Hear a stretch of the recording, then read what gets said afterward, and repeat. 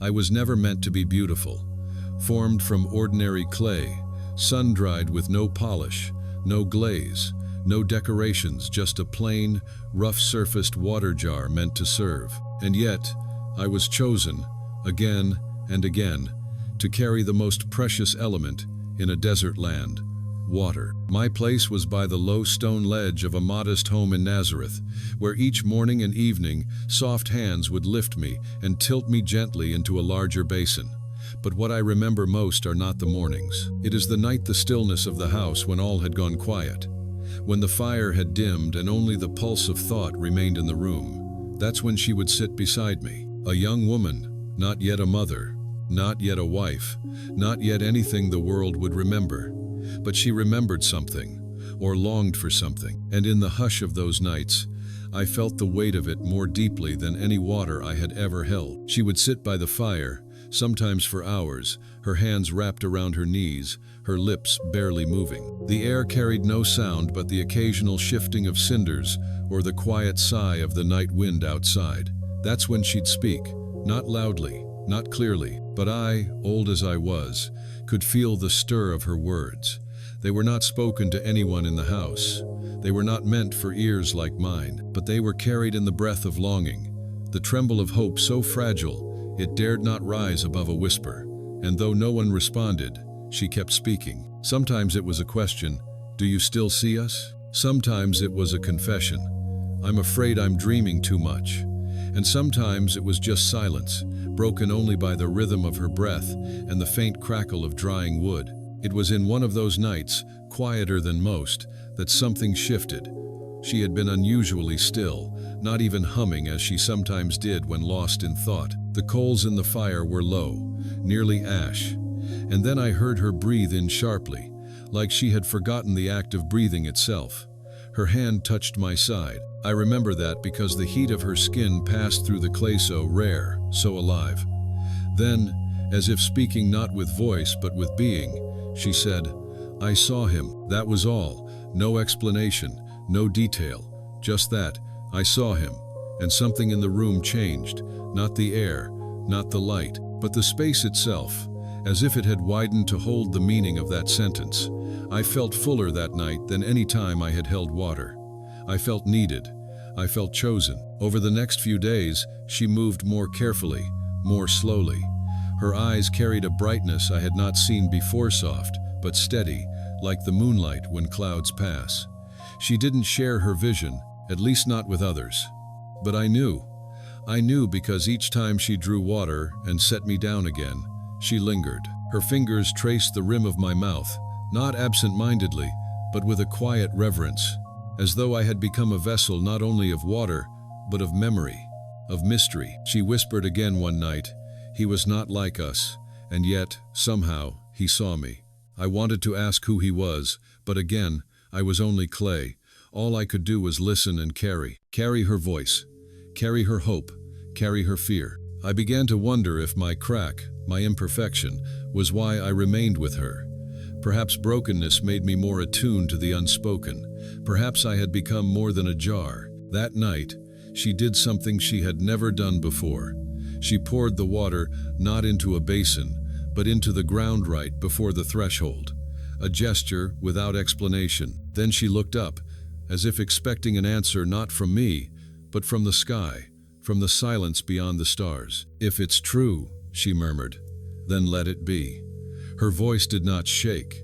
It steadied something within me, even in its quietness. I, once discarded in thought, once feared useless because of my flaw, found myself drawn into something sacred. She returned the next evening with slower steps, carrying within her the kind of silence that wasn't emptiness, but fullness waiting to be known. The room dimmed earlier that night, as if time itself wished to shield her thoughts from the noise of the world. She sat beside me again, her fingers idly brushing dust from my side, though I had not been used that day. There was no water in me, but there was a presence as though she knew I had become a witness. She didn't pray aloud, but I felt the trembling in her palms, the kind that doesn't come from fear, but from the weight of something too sacred to name. I longed to speak, to comfort her somehow, to say, "You are not mad, and you are not alone." But I was only clay, and my silence had to be enough. Days passed like soft wind brushing old walls. She spoke less and less, not out of sorrow, but because what needed to be said had already been said in that single whisper. I saw him. She tended to her tasks with quiet devotion, but her steps seemed lighter, as if she were carrying less of the world and more of something else, something not yet revealed, something not yet fully understood. She filled me with water once more, and this time I noticed. Her hand no longer hesitated. The crack along my side, once a source of shame, now seemed irrelevant. The water stayed long enough for her needs. I was not replaced. I was not discarded. I was chosen. Then one night, while stars blinked through the high window and shadows stretched across the walls, she sang. Not loud, not joyous, but like breath laced with light, like memory becoming future. The melody had no words, only longing, and I, broken and mute, held it.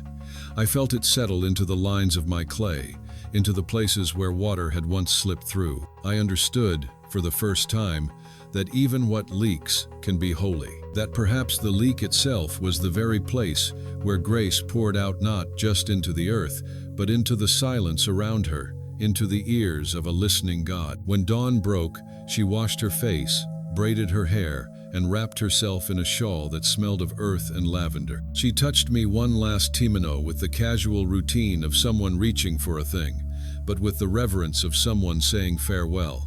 I dreamed again, she whispered. This time, he spoke. I never heard those words before. I never would again, but they wrapped themselves around my memory and stayed there. I watched her walk into the light, past the door, past the edge of the known, and I, a cracked jar made of humble earth, remained in the quiet house, still carrying her secret, still holding the scent of her dreams. The night air was still, as if the entire world held its breath in anticipation of something unspoken. The stars outside blinked faintly through the wooden slats of the shutters, and the fire in the hearth had died down to a quiet glow. I sat in my usual corner, half filled with water drawn earlier that evening, the warmth of the day still clinging faintly to my clay. She entered without sound, wrapped in a shawl that seemed heavier than usual, not from weight, but from the thoughts that cloaked her like another skin. She sat near the low fire, not in her usual posture of quiet prayer or reflection, but folded in on herself, as if her whole being had recoiled from something too large, too luminous to hold. Her hands trembled slightly as they pressed into her lap, and for a long while she did not speak, but I could feel the shift in the room. The air was denser, charged with something unseen. It was not fear exactly. It was awe, maybe, or the confusion that comes when the veil between heaven and earth is briefly thin. She raised her head slightly, eyes reflecting the dim light like pools holding the memory of stars. Then, as if afraid that even the walls might overhear, she whispered not to me, not even to herself, but to the silence that pressed close around us all. He was there, she said, her voice almost cracking under the weight of it. Not like in the stories, not in thunder or wings or flame, just light, like morning trapped inside a man. And he said my name. I didn't move. I couldn't, but if I had breath, I would have lost it. She turned to me then, and for the first time in all our years together, she looked at Minot as a tool, not as a vessel, but as something that had waited. I told no one, she said, placing her hand gently on my rim. They would think I've gone mad, or worse, that I seek attention. But I swear to you, old friend, the light touched the inside of me, and I don't know how to live with it. I didn't understand all her words, but I understood her trembling, the way her breath caught, the way her fingers grazed the clay like one touching a relic. Night deepened, the stars shifted overhead, and I sat, still and listening, as she began to speak not of what she had seen, but of what she feared. What if I was chosen? She asked. What if this isn't just a dream? What if the Lord, the Holy One, has indeed remembered his promise and remembered me? Her voice faltered on the last word, and I felt the echo of it pass through me like wind through a cracked wall. She wrapped her arms tighter around herself. I'm no one, she continued. I sweep floors, I draw water, I help my mother with bread and linens. I'm not wise, I'm not ready. She closed her eyes then, and her lips moved in a prayer I could not hear but could feel, wordless and deep.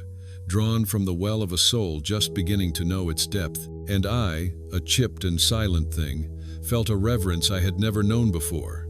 I realized in that moment that the room itself had changed, not in shape or in scent, but in meaning. It had become a sanctuary, not because it was perfect, but because heaven had leaned in close to touch the earth, through the smallness, through the ordinary. Later, just before dawn, she rose. The fire had died completely, but the embers still glowed like faint hope waiting to be kindled. She touched me again before she left the room. "I dreamed it again," she murmured, almost as if to reassure herself that it had not been a lie. But this time, he smiled. She didn't say more. She didn't need to. The world outside had not changed. The same stone walls, the same dusty path, the same sky growing pale. But within me, something irreversible had taken root.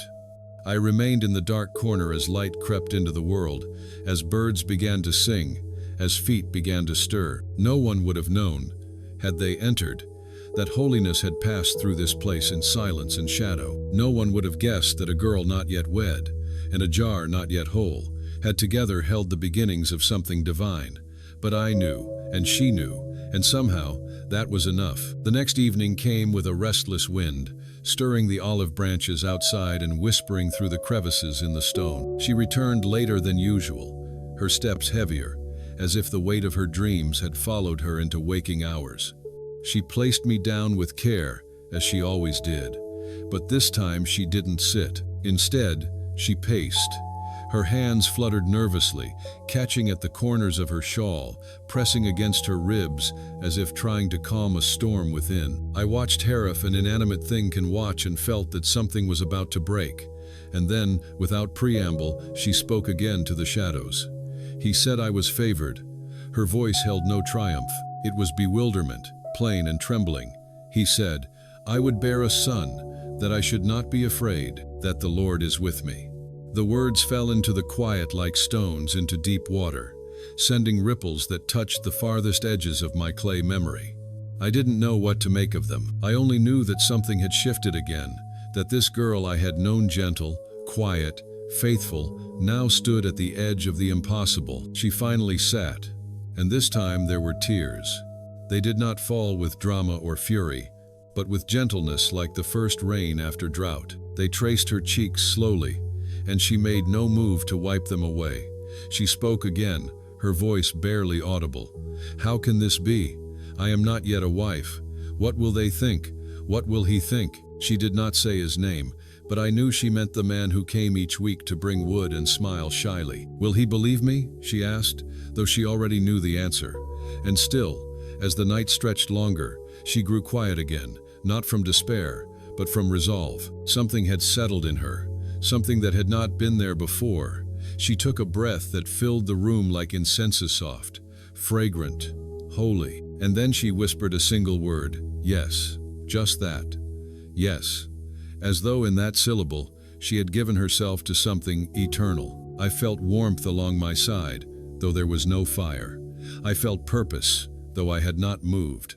I had seen this girl break, bend, and still believe. And I knew, somehow, that this was just the beginning not of an ordinary pregnancy, but of something deeper, vaster, more mysterious than any prophecy I had overheard in the marketplace. This was not about one child, one woman, one home. This was about heaven choosing to enter the world through the narrow door of humility. And I, a cracked jar with no name, had been allowed to witness its first breath in shadow and in stillness. What a strange grace. There are things we carry that no one sees, burdens we tuck away into the folds of silence, not because we want to hide them, but because we do not yet know how to speak them. I could feel that weight in her more than ever. Since the night she whispered her yes to the unseen visitor, the house had grown quieter. Not empty, no, never that, but filled with a kind of sacred stillness, like the moment just before dawn when the world is holding its breath. She moved with purpose, but slower, more deliberate. Something within her had changed, and though no words confirmed it, I felt it each time her hand touched my side. There was a new kind of reverence in her touch, as though she, too, now held something fragile and profound. She no longer spoke her thoughts aloud in the evening, and though I waited in the same place, with the same readiness, her voice no longer reached into the night. I missed it. I missed the whisper of questions, the confessions offered to no one and everyone, the prayers that sounded more like yearning than certainty. Now, her silence was heavier, not barren, but burdened. She would look at me sometimes, her eyes distant, as if searching for words in the cracks of my clay. But then she would turn away before any could be found. Each morning, she still filled me with water, but she held me longer now. Not because I was heavier, but because she was. I could feel it in her fingers, the hesitation before lifting, the lingering hold after setting me down. She was carrying something not only in her body, though even I could sense that new stillness in her, that protective gentleness as she moved. No, this was something deeper, something unspoken, sacred, and unresolved. The village was unchanged. The rhythms of life moved on. The call of vendors in the market, the laughter of children chasing each other down the dusty lanes, the clang of hammers from the carpenter's shop. But within the walls of this simple home, something unspeakable had taken root, and she, who once sang softly as she kneaded dough or hummed as she swept, now held her songs inside. One day, she stood by the window, her face half lit by the afternoon sun. A neighbor passed by and called her name with a smile, and she smiled back, gentle and warm. But as soon as the woman disappeared from view, the smile faded. She pressed her hand to her stomach and closed her eyes, and for a moment, her whole body folded forward, as if shielding something holy from even the gaze of light. That night, when the house was finally still, she returned to her place near the hearth. I had been waiting. She touched my rim with the tip of her fingers, slowly, thoughtfully, and then, finally, she spoke. "I want to tell them," she said, her voice hoarse from disuse. "I want to tell someone, but how can I?" Her eyes searched the fire, though I sensed she was really searching her own soul. Even Joseph, what words could I use? What language can hold what I saw? Who would believe me? She drew a long breath, and I heard it catch at the end. She let her hand rest on my side, tracing the old crack with her thumb. "You know what it means to be broken," she said quietly, "and still, you were chosen to hold." Her voice trembled, but there was no pity in it, only wonder. Perhaps it is not the whole vessels that are meant for glory. Perhaps it is the ones that leak, the ones that are fragile, that make room for something more.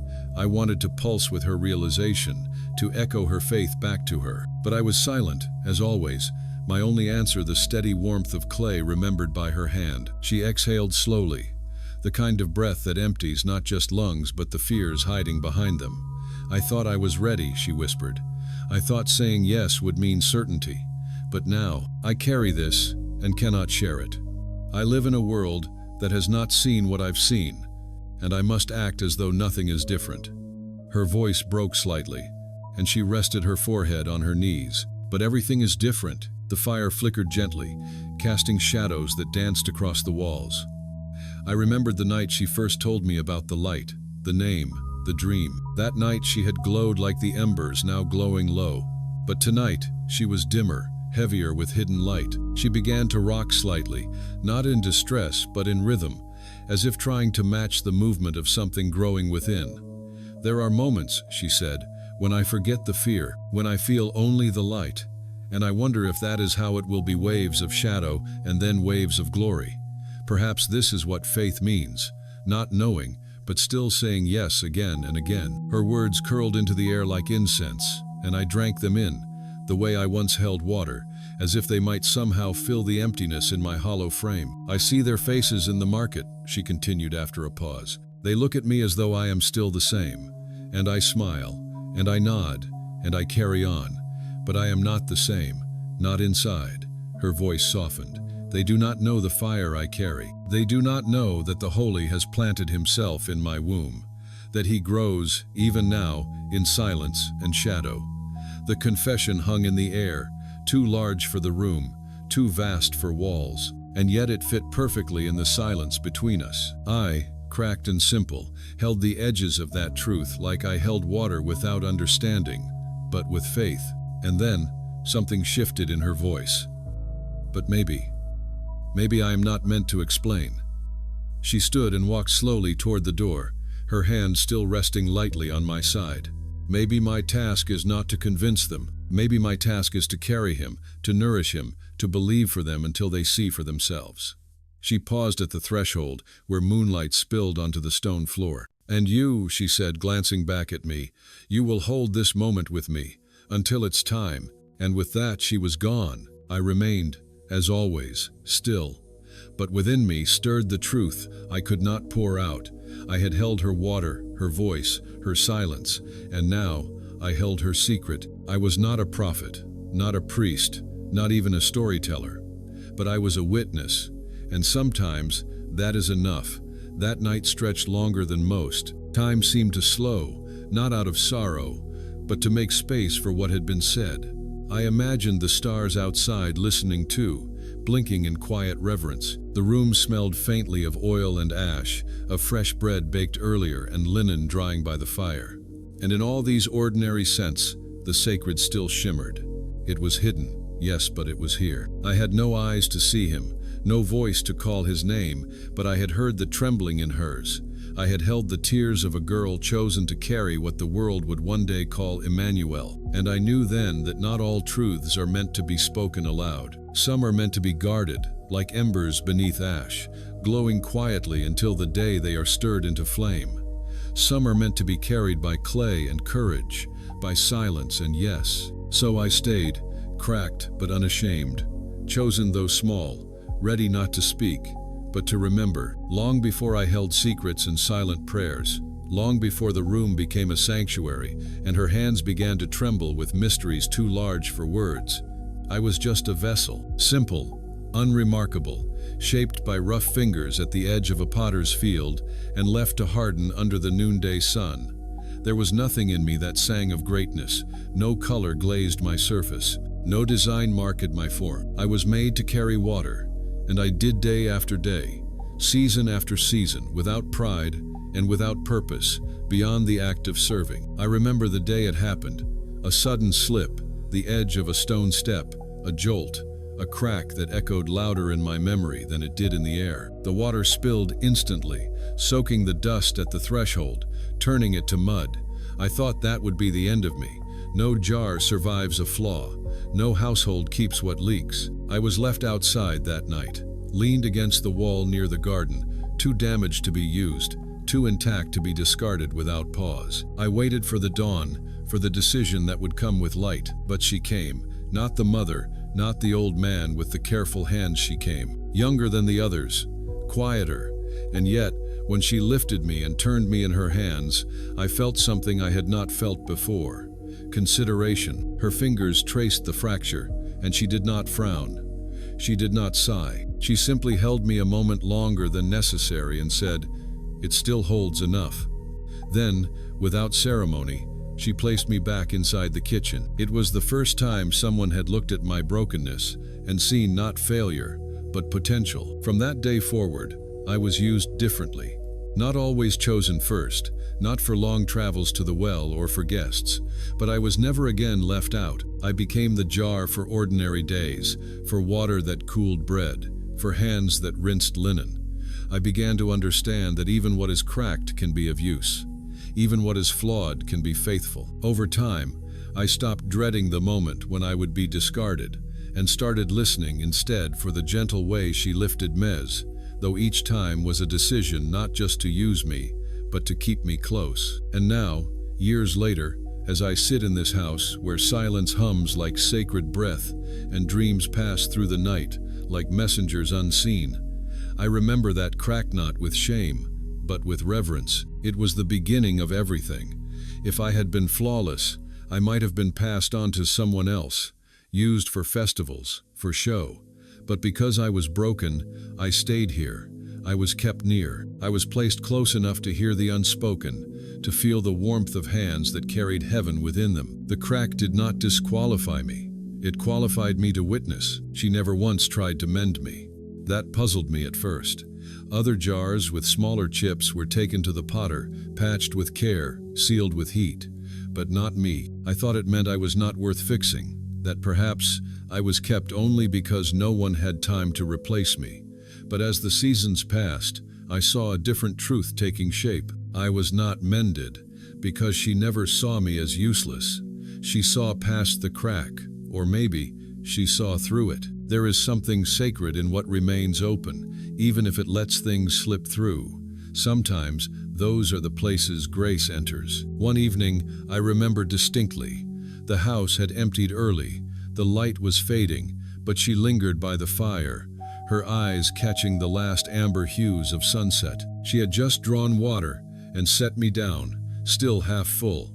Then, without explanation, she leaned her head on the table beside me and exhaled long and slow.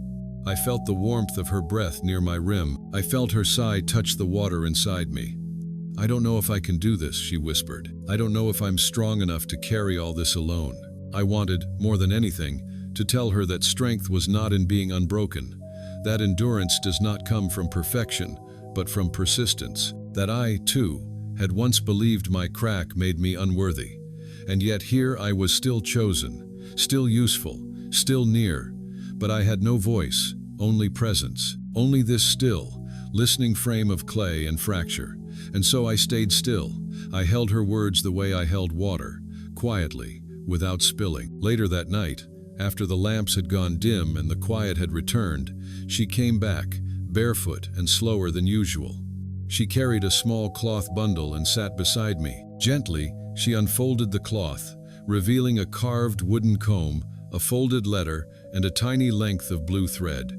Things kept, things sacred in their smallness. She did not speak, but laid them one by one on the table. Then she reached for me, not to lift or pour, but simply to touch. Her palm rested on the place of my crack, and she closed her eyes. She stayed there a long time, her head bowed, not in shame, but in wonder. And I knew, in that stillness, that the crack in me had become something more than a flaw. It had become a sign, a mark of mercy, a witness of quiet endurance. Because of it, I had stayed close. Because of it, I had not been passed over. And now, because of it, I was here, in the company of a girl chosen by heaven, who also bore the invisible crack of a calling too large for words. And so the days passed, each one layering more silence and more meaning into the quiet corners of the house. She spoke less often now, but when she did, it was with a gravity that felt like prayer. The villagers still came and went, unaware of what stirred within her, unaware of the child forming in the hiddenness of her yes. But I was not unaware. I, with my cracked skin and stilled mouth, knew that holiness had a sound, the sound of breath held long, of steps taken without certainty, of tears that do not fall but gather behind the eyes. It is a quiet sound, but unmistakable to those who have learned how to listen. The crack in me did not grow, though it never healed. It simply became part of who I was, no longer feared, no longer hidden, but accepted. I was no longer ashamed. I had learned, through watching her, that glory often hides itself in what the world calls damaged, that heaven enters through places left open, that the greatest miracles are not loud, but quietly carried by those who never stop believing they are worthy of being used, even if they are chipped, especially if they are. I do not know how long I will last. Clay does not live forever. One day, I may shatter beyond use. But before that day comes, I will have held the first whispers of Emmanuel. I will have been present when God chose a girl and a room and a jar with a crack to begin a story that would one day save the world. There are silences that hum with peace. And then there are silences so thick they press against your clay like water held too long, threatening to crack even what was already broken. The day he came, the house held the second kind. I had known him before, seen him from a distance when he came to speak with her father, when he carried timber through the village, or worked quietly at the edge of the courtyard. He was not loud. His footsteps were always measured, as though every movement mattered. But that day, they dragged. That morning, the door creaked in a way it hadn't in weeks. Low, uncertain. He stepped in not like a guest, not like a man expected, but like someone who had walked for hours toward a place he wasn't sure he still belonged. His eyes scanned the room, not seeking anyone in particular, but already full of something heavy: confusion, pain, perhaps even betrayal. She stood near the hearth, her hands wrapped around a cloth she had been folding, now crumpled between her fingers. When their eyes met, the room did not break, it held. Barely. I sat, as always, close by, still half-filled from that morning's drawing. Neither of them moved for what felt like hours. The only sound was the low pop of a drying log in the fire and the faint rustle of her fingers against the cloth. Then, at last, he spoke.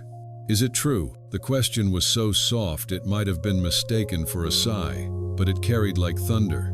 She nodded, no protest, no defense, just truth. And then she said the words I had once heard her whisper into the fire, words that still lived in my fractured frame. An angel came. He didn't speak again for a long while. He turned from her, paced slowly toward the window, rested his hand on the frame as if the wood could steady him. "I don't understand," he said, not accusing, not cruel, just unraveling. "How can I trust what I cannot even imagine?" She stepped toward him, but stopped just short. "I don't ask you to understand," she said. "I didn't either. I still don't.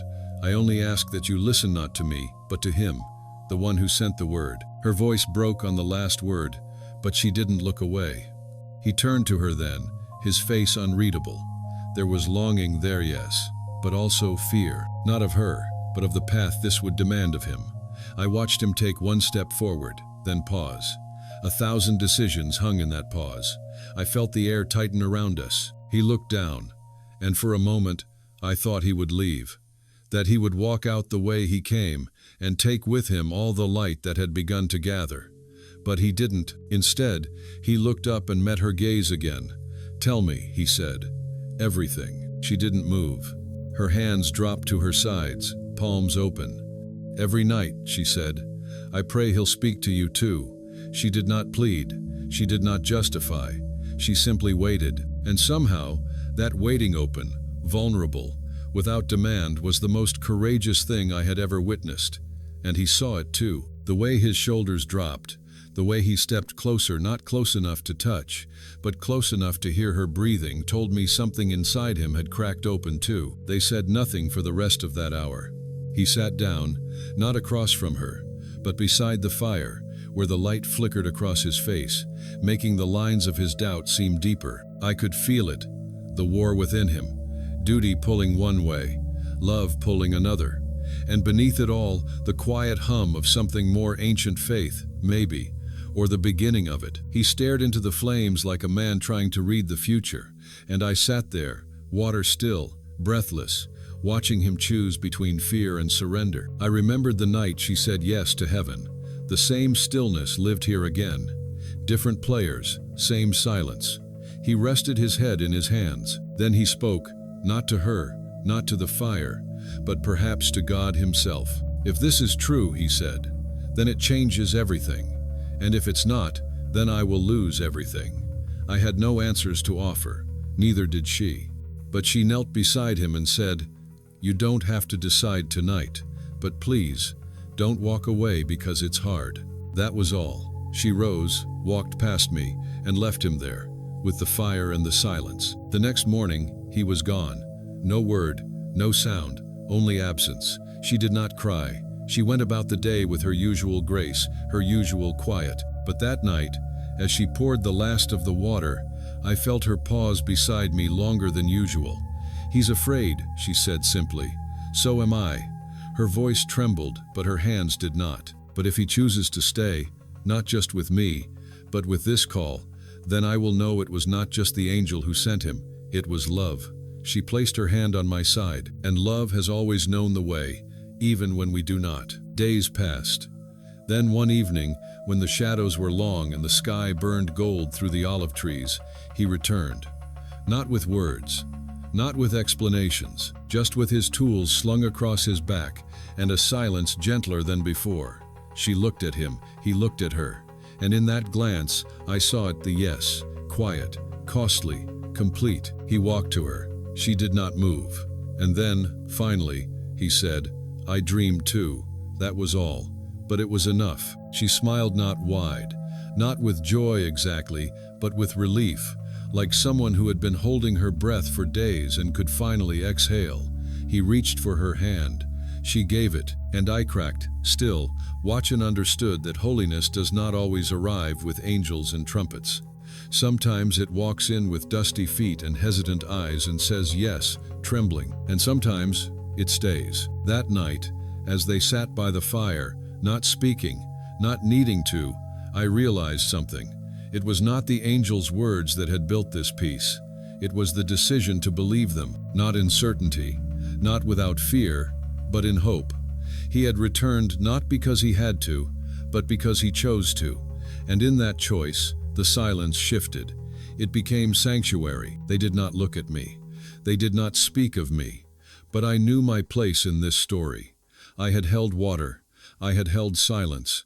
I had held tears. And now, I held the space between two people learning to love with heaven's weight in their arms. What more could a vessel ask? Nights have their own memory. They hold echoes longer than walls, stretch silences deeper than wells, and when the wind stirs, they whisper truths too soft for day. That night, the wind came early, curling through the olive trees, brushing dust across the doorstep, lifting corners of blankets with fingers made of breath. I felt it first along my seat, a coolness that settled into the crack of me like a voice entering an old wound. The fire had not yet been lit. The room was dim, lit only by the last light of the day pressing itself thin across the walls. She moved quietly, laying out cloth, folding a tunic, setting a cup beside me as if even her most ordinary movements had become liturgy. He sat by the doorway, carving something from wood, the slow scrape of knife against grain the only sound beside the sigh of the wind. They spoke little now, but it was not absence, it was agreement. A silence chosen, a peace learning how to breathe between two hearts once heavy with hesitation. The wind pushed harder. The shutters rattled once, then again. She rose and crossed the room to fasten them. He stood and helped. Their hands met on the wooden latch. It was not a grand gesture, not a declaration, but it was enough. The wind did not stop, but something in the room settled. I had known storms before. I had known fear. But this night felt different. The storm was outside, but inside, something sacred was beginning to root, not with thunder, with stillness, not with fire, with a warmth that asked nothing but to remain. She returned to the hearth. He followed. They sat on opposite sides of the unlit fire, their knees almost touching, their hands resting in their laps, empty but open. And then, at last, she spoke. "It's strange," she said, her voice a hush even the wind could not interrupt, "to feel full and empty at once." He did not answer. He only looked at her, and the look was answer enough. She continued, "I carry him, but I do not know what it means, not fully. Some nights, I feel him turning like light within me. Other nights, it is only weight." He leaned closer. "I've never imagined you," he said, "and I see him in you." She looked down. Her hand found her belly, now curved just slightly, a soft rising beneath linen. "He listens," she said, "even now, even when I don't speak. He listens like the wind, listens to the roof." The wind picked up again then, as if answering. A long whistle slid under the door. She smiled. He did too. They said nothing for a while. The wind howled. The old beams above creaked. Somewhere outside, a door slammed shut, distant. And then, from within the silence, came a sound soft, low, like the stirring of a dove. Her hand moved slightly. She breathed in sharply, then exhaled slow. He looked at her. She nodded. "He moved," she whispered. The room did not change, but everything shifted. He moved, not just the child, the world. He reached across and placed his hand gently near hers, not over it, not bold, just beside. A silent gesture. "I am here. I am listening too." And I, forgotten, fractured, faithful, held the last of the day's water, warming from the nearness of their choosing. Later, they lit the fire. Not for light, not for heat. It was already late, and cold had curled into every corner, but for something older than warmth. For witness, flame speaks, even when no one answers. Flame remembers. She told him a story then, not of the angel, not of fear. A simple story of her childhood, of a fig tree she used to climb, of a nest she once found tucked in the crook of a branch. She spoke of watching the eggs, waiting for them to hatch. "I was afraid to touch them," she said, even though I wanted to. I thought if I held them, I'd break them, but they hatched anyway. I didn't need to touch, I only needed to stay close. He listened, no questions, just the soft rhythm of his carving again, now slower, more careful, and I thought, this is how homes are built, not with stone, but with stories told beside fire, with presence that does not press, only stays. When the flames grew low and sleep hovered near, they lay on separate mats by the fire. The wind had not died, but its voice had softened.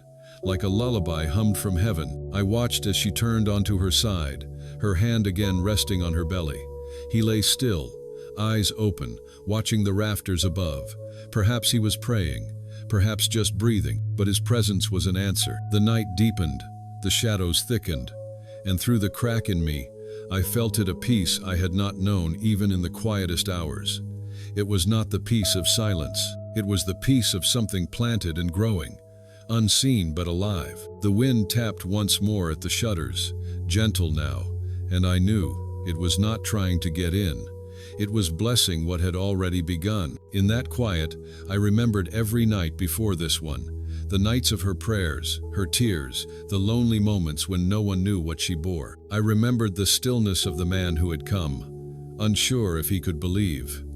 And now this, two people lying side by side in the hush of night, not because the storm had passed, but because they had decided to stay through it. The wind moved again, higher this time, tracing the roof like fingers playing a lyre. I listened, and I wondered, did the wind know? Did it sense who lay here? Did it carry the breath of angels across the hills and into this small room? Or was it simply wind, doing what it always did, moving, whispering, touching, but now made holy because of where it had passed? I did not know, but I did know this. The room was no longer just a shelter from cold. It had become a dwelling, a beginning, a place where God had entered not through vision or thunder, but through trust born slowly in the dark. I had seen her say yes. I had seen him choose to return, and now I had seen them rest, not because the questions had been answered, but because love had become the answer. And I, silent, old, and cracked, had held a cup of water through it all. Still enough, always enough. Dreams do not knock. They slip through darkness without asking. They curl around the mind like mist, seeping into cracks left open by longing or fear. That night, while the fire dimmed and the wind moved on to other roofs, he dreamed, and I, as always, remained awake, not by choice, but by design. Clay does not sleep, it remembers. He lay still, one hand resting near his chest, the other curled under his head. His breathing slowed, deepened. The room had settled, but something in him had not. I sensed it, the tension of a question that had not yet found its answer, of a man who had chosen to stay, but did not yet know how to remain. The dream came quietly, not like thunder, like presence, the kind that does not announce itself, but when it comes, you know the room has changed. His brow furrowed, his chest rose faster. Then stillness, then words, spoken not aloud, but deep beneath words, beneath reason. Joseph, son of David, do not be afraid. Even in dream, the voice knew his name, knew his lineage, knew the fear crouched in his chest like a second heartbeat. Take Mary as your wife, the voice said, for what is conceived in her is from the Holy Spirit. He stirred slightly. The wind outside stilled. She will bear a son, and you shall call him Jesus. There are moments so thick with holiness that even clay can feel it. The room did not brighten, but it expanded. Time slowed. The fire cracked once and then went still, and I, weary, watching, holding, knew heaven had entered again. He did not speak, but the breath caught in his throat. His fingers twitched. The voice continued, "He will save his people from their sins." I do not know if dreams leave traces on skin, but when he woke, there was something different in the way he moved. He did not sit up at once. He lay still, staring at the ceiling as if it were a sky, as if he were reading stars only he could see. Then slowly, gently, he rose. He crossed the room. She was still sleeping, one arm cradled beneath her head, the other curved over her stomach. He knelt beside her, not to wake her, not even to touch, but simply to be near. I watched his hand hover in the air, then fall back to his side. Reverence, wonder, resolve. He sat beside the fire, now only glowing coals. The knife lay beside the wood he had been carving, forgotten. He picked it up, not to work, but to hold. His fingers traced the grain, his eyes were far off. And I could see it then he had not merely dreamed. He had been called, and calling, once heard, changes everything. Later, when she woke, he did not tell her right away. He made breakfast first. He poured water from me into a basin. He washed his hands, then hers.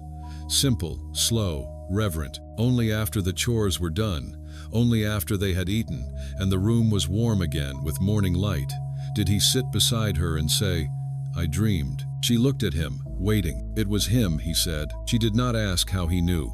She only reached for his hand. He let her hold it.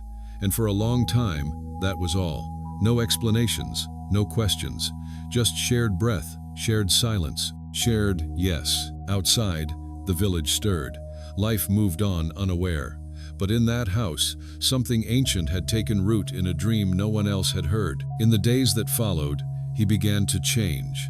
Not in words she remained a man of few, but in how he stood, how he worked. There was a steadiness now, a rhythm to his steps that had not been there before. He built things faster, but never rushed.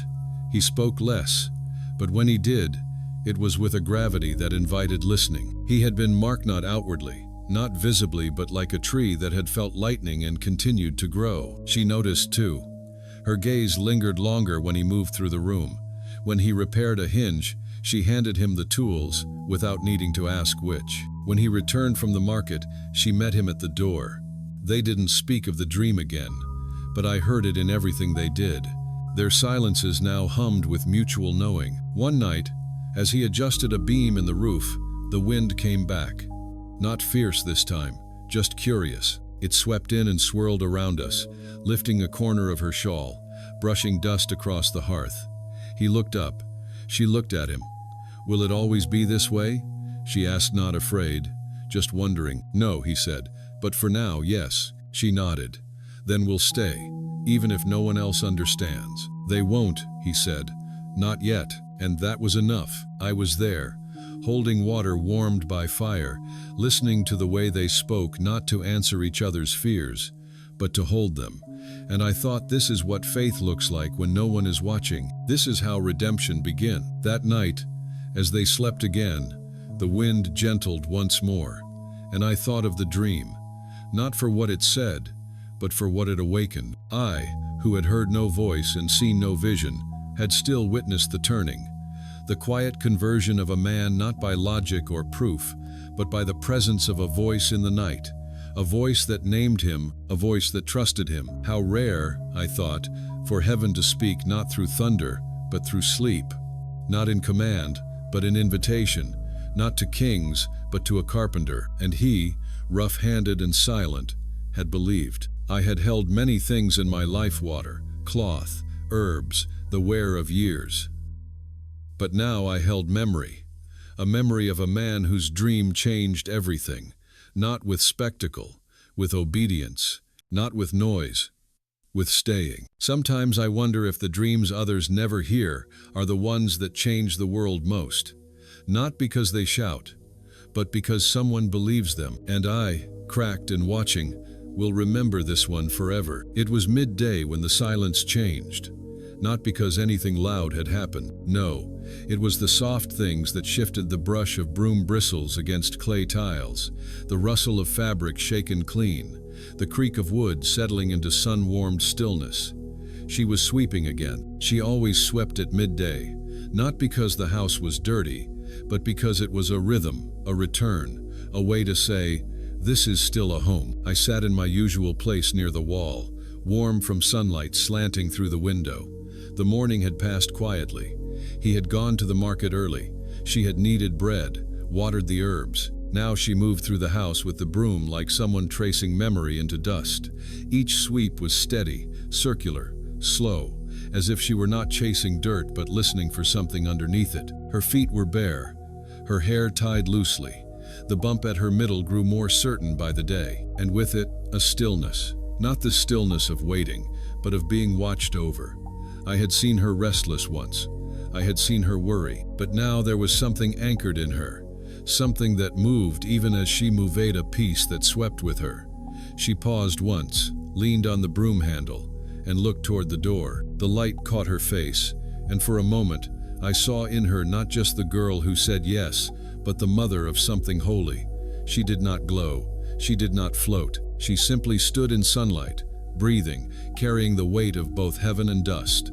She returned to her sweeping. The sound of the broom brushing tile was the only voice. Even the birds outside seemed to have paused. And I wondered if this, too, was prayer, the movement of hands, the keeping of place, the quiet tending of the ordinary. The broom moved again, left to right to left, circles around the center stone.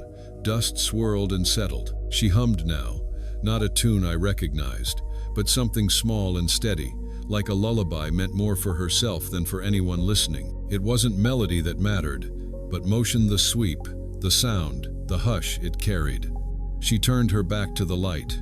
Her shadow stretched toward me, and in it, I could feel the story lengthen too. Not in words, but in layers of days spent waiting, of nights whispered into, of mornings like this one where time did not demand to be counted but only witnessed. He returned later with his hands full bread, olive oil, figs folded into a cloth. He set the food down without speaking. She didn't greet him. She didn't need to. The sound of her broom had already said everything.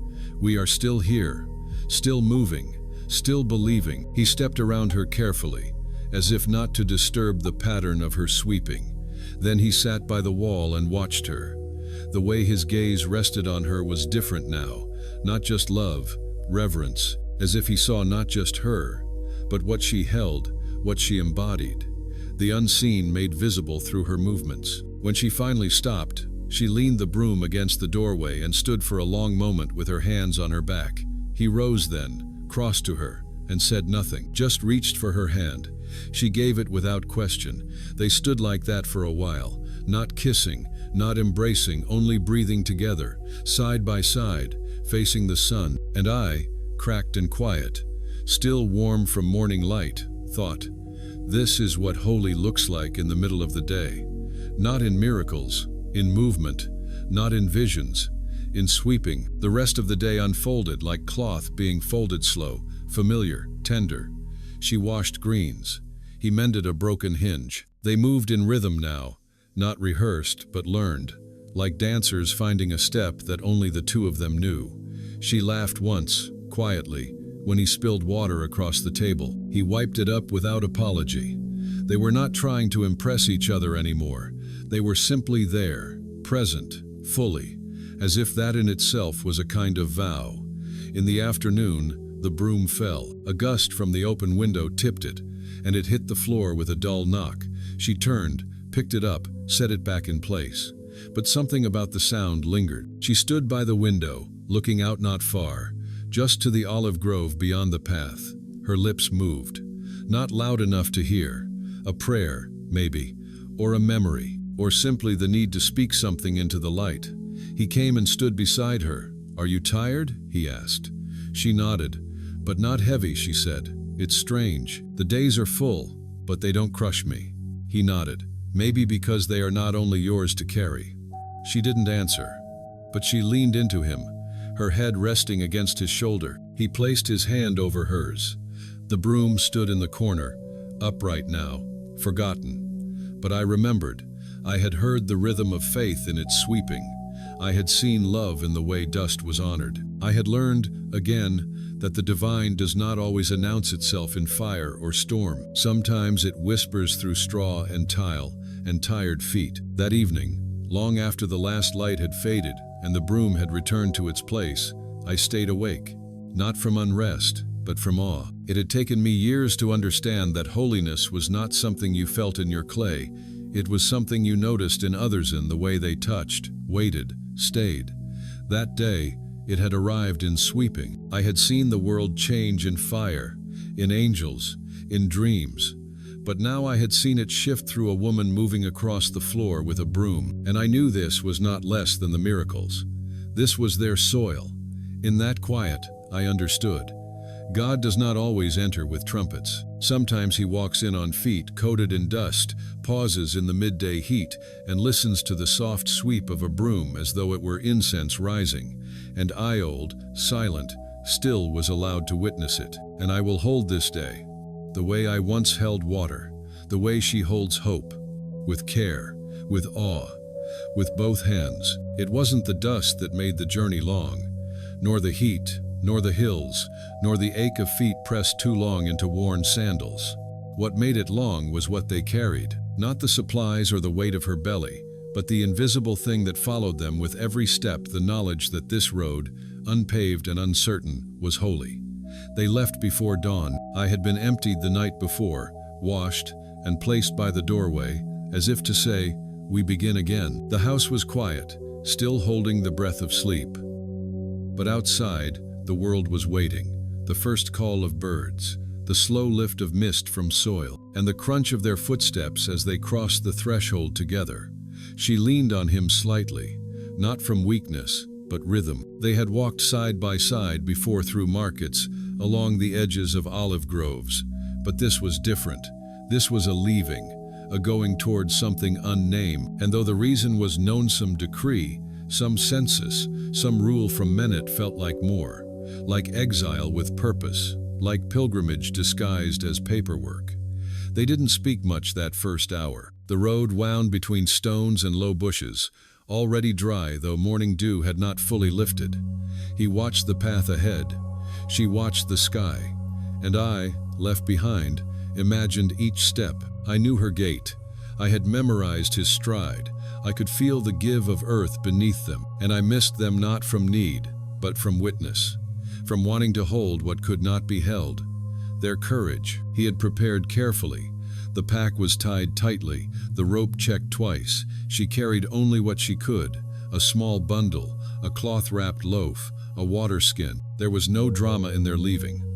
No tears, no farewells that echoed down the road. Only the quiet resolve of two people who knew the journey mattered, not for what it would demand, but for what it had already asked of them. Everything. The sun rose slowly, their shadows lengthened, then shrank, then disappeared beneath their feet. Along the way they passed other travelers, a man with 2 goats, a woman walking with a girl who kept asking when they would arrive, a soldier on horseback who barely looked down. No one noticed them, and perhaps that was grace, to move unnoticed, to carry the greatest secret in history like a seed wrapped in flesh, unseen but growing. She stumbled once. The path had loosened with pebbles and dry dust. He caught her arm, steadying. She did not protest. But after that, he kept closer, watched each step she took as if it were his own. And perhaps it was. This was not only her burden, it was theirs.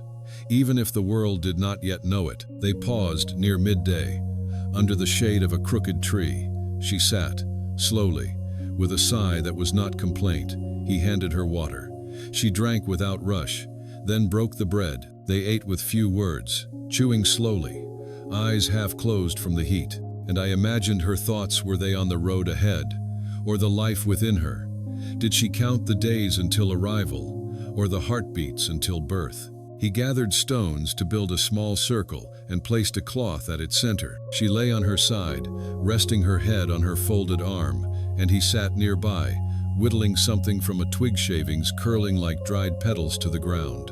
They spoke, finally, but softly. "Do you think we'll make it before?" she asked, not finishing. "We will," he said, "even if we don't know how." She nodded, eyes still closed. Later, when the sun dipped low and the air cooled, they continued. The road turned sharper. Dust thickened. Their feet were coated now, their clothes damp with sweat and travel. He offered to carry her, once, just for a bit. She smiled, shook her head. "He carries me," she whispered, one hand on her belly. He didn't insist. Night approached like a hush over the earth.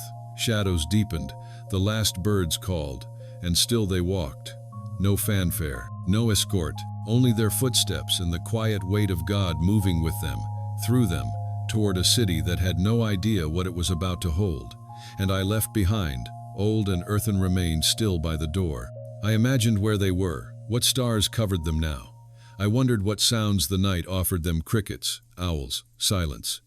And I prayed, in my own way, not with words, but with waiting. I waited to see what Clay had never seen. I waited to know if the world would change, not in fire or flood, but in footsteps on an unpaved road. And I knew, deep in the crack of me, that it already had. The next morning, the sun rose without them. Light poured through the same window, touched the same walls, warmed the spot where she used to kneel. But the silence was deeper, not empty, just expectant. I listened, as I always did, for the small sounds that marked her presence. The clay bowl lifted, the soft splash of water, the broom against tile. None came, only wind, brushing lightly at the door, as if looking for them. I missed them, not for what they did, but for who they were while they did it. The way her shadow crossed me in the morning, the way his hands cupped water with reverence, the way they spoke with silence and believed with footsteps. Now they were gone, but what they carried was not. It had passed into the path itself, into dust and stone and sky. Sometimes I wonder if all holiness begins this way, not in temples or altars, but in the walking, in the choosing to leave what is safe, to carry what is unseen, to trust what no one else yet understands. I had seen many leave this house, but never like this, never with such quiet courage. And though I remained behind, I too had gone with them, in memory, in hope, in the crack of clay that had once held their days. And I will wait not for their return, but for what they carry to be born, on a road with no name, in a town with no room, in a world that does not yet know, who walks toward it with dust on his feet and heaven in his breath. It was not the darkness that made the town unwelcoming. It was the light stew, many of them, flickering from every doorway, spilling from crowded windows, calling out from halls packed with travelers and noise. The streets pulsed with voices. Feet hurried, doors closed, names were called, but never theirs. They arrived late. Dust clung to their robes. Her breath came in short, quiet bursts. He held her arm, not to guide Hirsch, needed no guiding, but to steady her. The road had narrowed. The houses leaned in. The walls listened, but no one else did. They knocked once, then again. Faces appeared, then vanished. Heads shook. Rooms full. Try down the street. Maybe the cousins outside the gate. Maybe the inn by the fountain. Maybe. He asked with the gentleness of a man who had learned not to demand. She stood slightly behind him, one hand curved under her belly. Her eyes moved slowly over each threshold, each lit room, each sound that was not for them. She did not cry. Not because she wasn't tired, not because she wasn't near the end, but because she had already given everything, and there was nothing left to lose but trust. Eventually, they stopped asking. The road had curved out past the last lamp, the crowd had thinned, and what remained was not silence, but a quiet deeper than speech. He looked around. The walls here were lower, rougher, the earth beneath them less trodden. He knocked once more, not on a door, but on the frame of a place barely worthy of shelter. A barn, perhaps, a shed. The shape of it sagged toward the hillside, as if even it was tired of standing. The woman who opened it was old. Her eyes flicked from his face to hers, to the round of her body, to the wear on their sandals. She did not ask questions. She stepped aside.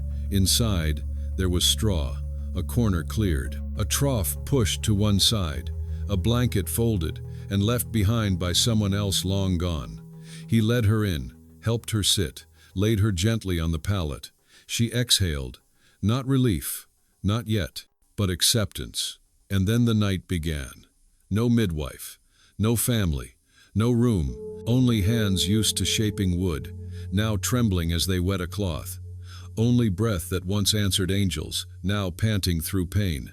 Only heaven, pressing down upon earth through flesh and water and will. And I left miles behind, forgotten in a quiet room, felt something crack, not in me, but across the world. The child came without fanfare, no trumpet, no burst of glory, only the slow rising of breath, the trembling of limbs, the cry of life that split the night not with might, but with mercy. He caught the baby, awkward hands, untrained, but firm, gentle, ready. She reached for him, this boy, this promise, this impossibility now wrapped in blood and straw and breath. She didn't speak, not yet, only held him, rocked him, looked into the face of someone she had known without ever seeing. He wrapped the baby in cloth, not fine linen, not embroidered silk, just cloth, the same kind they used to clean their hands, to dry dishes, to carry bread. He folded it carefully, then placed the child in the trough, a manger, a feeding place. And there he lay, not above, not distant but among, present, real, breakable, outside, no one noticed. Laughter still rang from the inns. The soldiers changed shifts, the fires burned on. But inside that dim, dirt-scented space, the world turned. Eternity entered time. The unseen became visible. The untouchable now touched. She wept then, not from pain, but from fullness. He knelt beside her, unable to speak, his hands on her shoulder, her hand on his. And between them, him, not a symbol, a son. And I, though miles away, could feel the echo. In the stillness of the home they had left behind, in the shadow I once cast on her kneeling form, in the air that still carried their warmth, I had held water for them. Now I held remembrance. I imagined the baby's breath, the sound it made, the way her fingers traced his cheek, the way he bent low, not just to see, but to understand. And I realized then, it was never about the space, never about the comfort or the beauty. It was about the making room, in hearts, in risk, in saying yes when nothing made sense. The town had no room, but love did.